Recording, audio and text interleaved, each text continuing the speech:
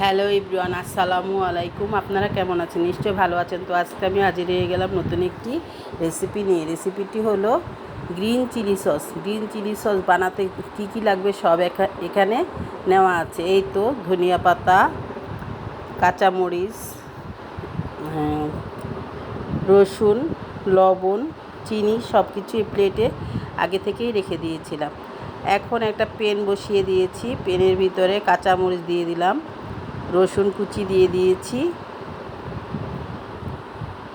এখন 1 চামচ লবণ দিয়ে দিলাম।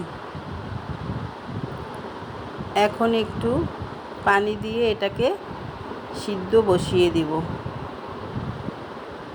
আর ধনিয়া পাতা কেটে রেখেছিলাম, সেটাও এটার সাথে অ্যাড করে দিয়ে দিলাম। এখন 1/2 কাপ পানি দিয়ে রসুন, কাঁচামরিচ, ধনিয়া পাতাটাকে সিদ্ধ করে নিতে হবে, তাই আমি এখন সিদ্ধ করে নিচ্ছি। এই গ্রিন চিলি সসটা দিয়ে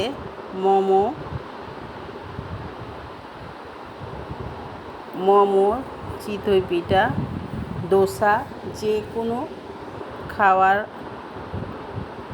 দিয়ে এটা চাটনিটা, এই সসটা খেতে পারেন।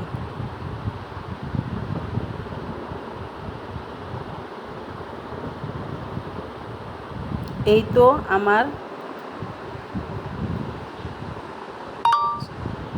আমার সব কিছু সিদ্ধ হয়ে গেছে। এখন আমি এগুলোকে ব্লেন্ড করে নিব। এই তো আমার ব্লেন্ড করা হয়ে গেছে।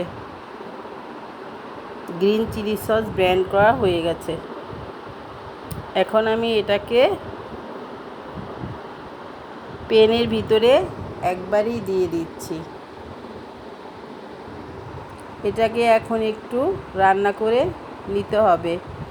সাথে সাথেও খাওয়া যায়, আবার রান্না করে নেওয়া যায়। রান্না করে যেটা নেবেন সেটা আবার অনেক দিন পর্যন্ত রেখে দিতে পারবেন। 7 দিন 10 দিনের মতো রেখে দেওয়া যাবে। এই তো আমি সসটা আগে দিয়ে দিলাম প্যানের ভিতরে। এখন একটু চিনি অ্যাড করে দিয়ে দিয়েছি। এখন এটাকে নেড়ে চেড়ে আমি এটাকে রান্না করে নিব। দেখতেই তো পাচ্ছেন, বেশি সময় লাগে না, 2-3 মিনিট একটু রান্না করে নিলেই হয়ে যায়। দর্শক, আমার এই গ্রিন চিলি সসটা যদি আপনাদের ভালো লেগে থাকে তাহলে অবশ্যই একটা লাইক দিয়ে দেখা শুরু করবেন এবং একটা কমেন্টস করে জানাবেন গ্রিন চিলি সসটা কেমন হয়েছে, এবং একটা সাবস্ক্রাইব করে দিবেন। যারা করেছেন তাদের অনেক ধন্যবাদ, যারা করেননি তারা এক্ষুনি একটা সাবস্ক্রাইব করে দিবেন। আপনাদের সাবস্ক্রাইব, লাইক, কমেন্টস আমাকে অনেক দূরে এগিয়ে নিয়ে যেতে পারে।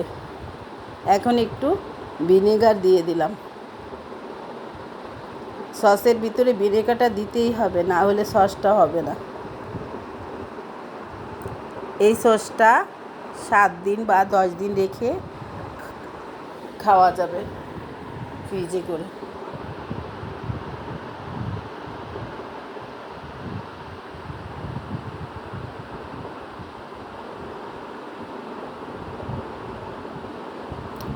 এই তো আমার গ্রিন চিলি সসটা হয়ে গেছে। এখন আমি একটা সার্ভিং বাটিতে ঢেলে নেব।